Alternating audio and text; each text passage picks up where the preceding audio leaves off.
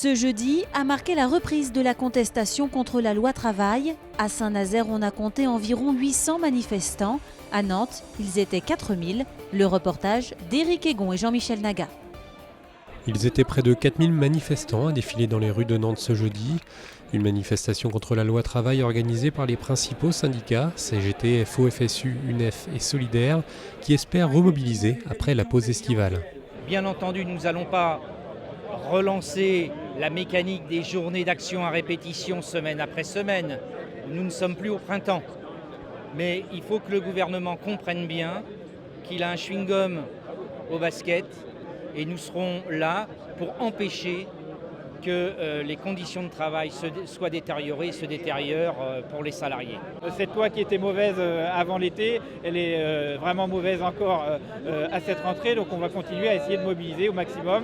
Si les décrets commencent à tomber, on sera évidemment dans les entreprises pour combattre les accords qui pourraient être négatifs pour l'ensemble des salariés, notamment sur le temps de travail. François Hollande a été élu avec les voix des salariés justement pour combattre la finance, et cette loi travail est symptomatique justement d'une mobilisation pour la finance, et le peuple de gauche n'en veut pas. C'est aussi pour ça qu'un certain nombre d'élus de gauche sont mobilisés, notamment les élus communistes. Le cortège est parti de commerce peu après 11h, a longé la fête foraine jusqu'à la préfecture, où la tension est montée d'un cran.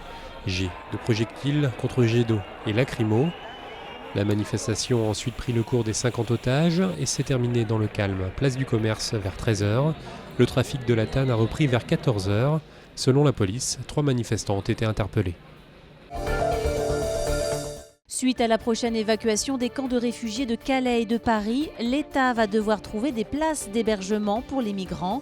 Ils seront répartis partout en France. À Saint-Brévin, par exemple, Jean-Michel Naga. Dans les prochaines semaines, ce centre de vacances de Saint-Brévin-l'Océan devrait accueillir 70 migrants, 70 hommes célibataires évacués du camp de réfugiés de Calais. L'information a été transmise il y a quelques jours par la sous-préfète de Saint-Nazaire qui a simplement passé un coup de fil au maire de la commune. On a été mis devant le fait accompli très très vite, sans détail, ce qui bien sûr est une source d'interrogation et aussi d'inquiétude pour les habitants. Yannick Horry a adressé un courrier au ministre de l'Intérieur pour demander plus de précisions sur cette annonce très mal accueillie par une grande partie de la population. Pour Saint-Brévin, non, je pense que c'est pas une bonne chose déjà, parce qu'on va s'inquiéter un peu pour nos enfants. On voit comment ça se passe là-bas du côté de Calais, là-bas, un bordel épouvantable. Alors ici, on va commencer à ramener une dizaine, puis une quinzaine, puis une vingtaine, et puis ça va continuer. Puis ça foutra le bordel partout en ville. Faut pas oublier que c'est touristique ici. J'ai l'impression qu'on ment aux populations, et je ne suis pas la seule, c'est le sentiment général en fait. Et Saint-Brévin ne sera pas la seule commune concernée par l'évacuation des camps de Calais et de Paris. Selon le ministère de l'Intérieur, 260 places existent déjà aujourd'hui dans la région. Elles devront atteindre le nombre de 922 d'ici la fin de l'année. On travaille bien sûr sur la base de locaux disponibles dès lors que les propriétaires donnent leur accord. Ensuite, il y a une concertation à la fois avec les élus locaux et le milieu associatif. Pour des solutions qui ne seront que temporaires, l'État prévoit d'évacuer les centres de vacances réquisitionnés avant l'arrivée des vacanciers l'été prochain. Alors que la Digital Week débute ce jeudi à Nantes, un apéro numérique était organisé mercredi soir au hangar à bananes. Boire un verre et discuter pour prendre de bons conseils sur la création d'entreprise. Adrien Godet y était. Une fois n'est pas coutume, le Ferrailleur n'a pas accueilli de concert ce mercredi soir. À la place, la célèbre salle nantaise organisait un apéro numérique. Les quelques 150 entrepreneurs présents ont pu échanger sur leurs expériences autour d'un verre. Je pense que tous les conseils sont bons à entendre en tous les cas, même si c'est déjà entendu, ça fait toujours une piqûre de rappel. Pourquoi pas aussi rencontrer des gens qui sont dans le même cas que moi pour avoir à nouveau des visions différentes. Cette 3e édition était justement consacrée à la création d'une start-up. Une conférence gratuite a permis de présenter le parcours de 4 femmes qui ont monté leur projet sur Internet. C'est plus de partager une expérience et puis de rencontrer aussi d'autres personnes qui en sont peut-être encore au stade de l'idée, de se dire peut-être que je vais me lancer aussi et voilà, d'essayer de les accompagner. Quand on est entrepreneur, on se sent souvent seul et là le fait d'avoir une émulsion, tout ça autour de l'entrepreneuriat, c'est quand même sympa. Et chaque année, en moyenne, 1500 postes dans le numérique sont à pourvoir en région Pays de la Loire. La Maison de l'Emploi a donc voulu s'associer à l'événement. Ça permet de changer un peu les relations d'être dans un moment plus convivial, de parler de choses sérieuses mais de manière plus décontractée, que aussi la recherche d'emploi, ça fait partie de la vie. Comme boire un verre ou boire un apéro, ça fait partie de la vie. Prochain apéro prévu le 17 janvier, le secteur des jeux vidéo et de l'e-sport sera cette fois-ci à l'honneur. Alors que le FC Nantes s'enfonce au classement, entraîneurs et joueurs ne veulent pas dramatiser. Olivier Caillé. René Girard tente de remettre de l'ordre. La déroute face à Metz dimanche dernier a laissé beaucoup d'interrogations. Des questions sur le jeu et dans l'état d'esprit de l'équipe auquel l'entraîneur nantais a beaucoup réfléchi cette semaine, avec ses joueurs, son staff, pour arriver à cette conclusion. Alors bon, beaucoup de bonne volonté, ça travaille dur, c'est bien, mais oui, on a une équipe qui manque de personnalité. Donc il faut se forcer pour la trouver. C'est bien d'être, vous connaissez l'expression, gentil mais pas con.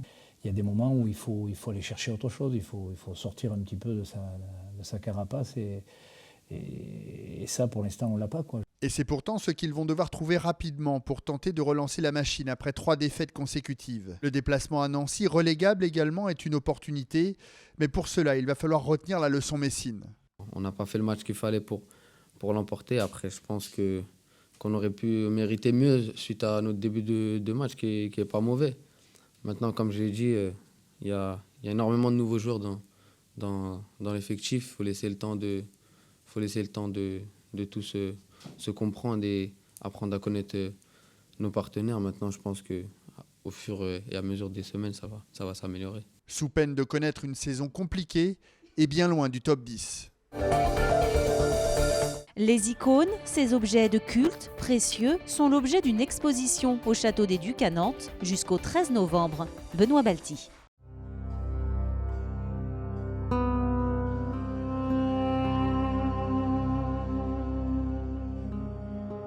Cette exposition présente les objets qui ont été amenés par les Grecs d'Asie mineure, ayant été obligés de partir et aller vers d'autres terres, comme notamment la Grèce, lors de l'échange des populations qui a eu lieu avec les traités de Lausanne en 1923. On a des triptyques qui sont plutôt à usage domestique et des grands formats, des icônes de très grands formats, des portes royales également provenant des églises, tout ce qu'ils ont pu prendre en partant ces réfugiés avec eux en fait. L'icône a servi des liens entre la patrie perdue et la nouvelle patrie, c'était l'ancrage et on peut le considérer comme le passeport, c'était un objet identitaire pour ces populations.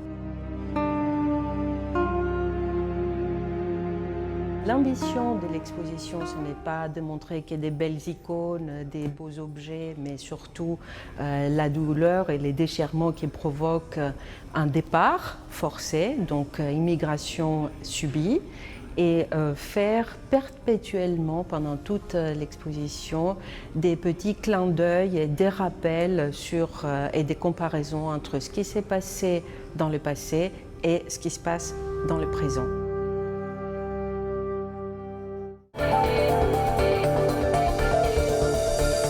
Éduquer les jeunes aux médias, leur apprendre à se méfier d'Internet, c'est la mission que s'est donnée le Club de la Presse de Nantes avec une exposition à l'école Sciencescom.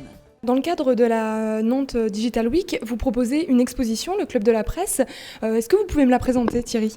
Alors, cette exposition s'appelle Fenêtre sur les mondes. C'est une exposition sur l'enfermement algorithmique. C'est un mot un peu compliqué comme ça, mais c'est très simple. C'est l'idée selon laquelle Facebook, Twitter, Google News, tous les réseaux sociaux participent à enfermer les gens dans des bulles, ce qu'on appelle des bulles de filtre, des filter bubble en anglais, qui font en sorte que les gens se retrouvent seulement confrontés à des idées avec lesquelles ils sont déjà en accord. Parce que les algorithmes de ces réseaux sociaux vont sélectionner en fonction d'intérêts, en fonction du lieu, en fonction des clics précédents, de toutes les informations qu'ils récoltent sur la personne, sur vous, sur moi, des informations qui vont être les informations avec lesquelles cette personne va être en accord spontanément. Et du coup, l'idée est, avec cette exposition qui est expérimentale, de voir jusqu'où cette logique algorithmique va aller quand on crée des profils qui sont simplement définis par quelques critères très simples, politiques, religieux, ou intérêt associatif ou autre. Et derrière, qu'on crée ces profils sur un ordinateur, mais qu'on enlève le clavier de l'ordinateur et que les personnes qui viennent n'ont plus accès qu'à la souris et donc ne peuvent plus que cliquer sur les liens suggérés par les algorithmes. Du coup, on a 10 ordinateurs dans cette exposition, 10 personnages qui sont littéralement enfermés par les algorithmes et qui, pendant toute la durée de l'exposition, donc toute la durée de la Nantes Digital Week, vont peu à peu, de plus en plus, s'enfermer dans leur monde, s'enfermer dans un monde où ils n'entendront plus parler que de Nicolas Sarkozy et de la primaire des Républicains, et du coup, ça sera leur seul filtre d'information sur le réel, s'enfermer dans un monde où ils n'auront accès qu'à des informations pro-aéroport Notre-Dame-des-Landes ou anti-aéroport Notre-Dame-des-Landes, s'enfermer dans un monde où le seul critère sera le religieux, et du coup, selon leur religion, selon la religion qu'ils auront entrée à la base, ils n'auront accès qu'à certains types d'informations, et peu à peu, par le jeu des clics, voir où est-ce que les algorithmes vont nous emmener. Donc en fait, on vient ici, on passe le temps qu'on a envie, et en fait, on se rend compte que tout est programmé finalement. Alors, on vient ici, on peut toucher les ordinateurs, c'est même fait pour, il n'y a pas de problème, ils n'ont pas de clavier, c'est normal, il n'y a que la souris.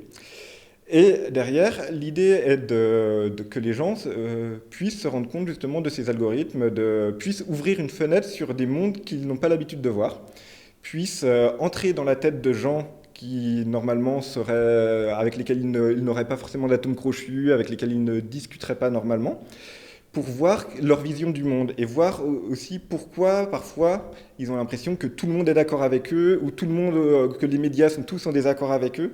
L'idée étant d'interroger ces notions-là, justement d'interroger la façon dont on perçoit l'information, pas la façon dont elle est produite, mais la façon dont elle est filtrée entre le journaliste, le média producteur de l'information et le lecteur, le téléspectateur qui la reçoit. Entre les deux, il y a de plus en plus des algorithmes de réseaux sociaux qui les sélectionnent. Les ordinateurs sont également équipés d'un logiciel qui prend une capture d'écran toutes les minutes pour voir comment cela évolue. Et à la fin, l'idée étant de voir les profils évoluer peu à peu et passer de « j'aime telle personne » à « j'aime telle association » à « j'aime tel phénomène un petit peu trop extrême » et voir si les gens arrivent peu à peu sur des visions du monde très extrémistes ou pas du tout, voilà, voir comment les algorithmes font des liens entre les gens, les associations et les différents organismes.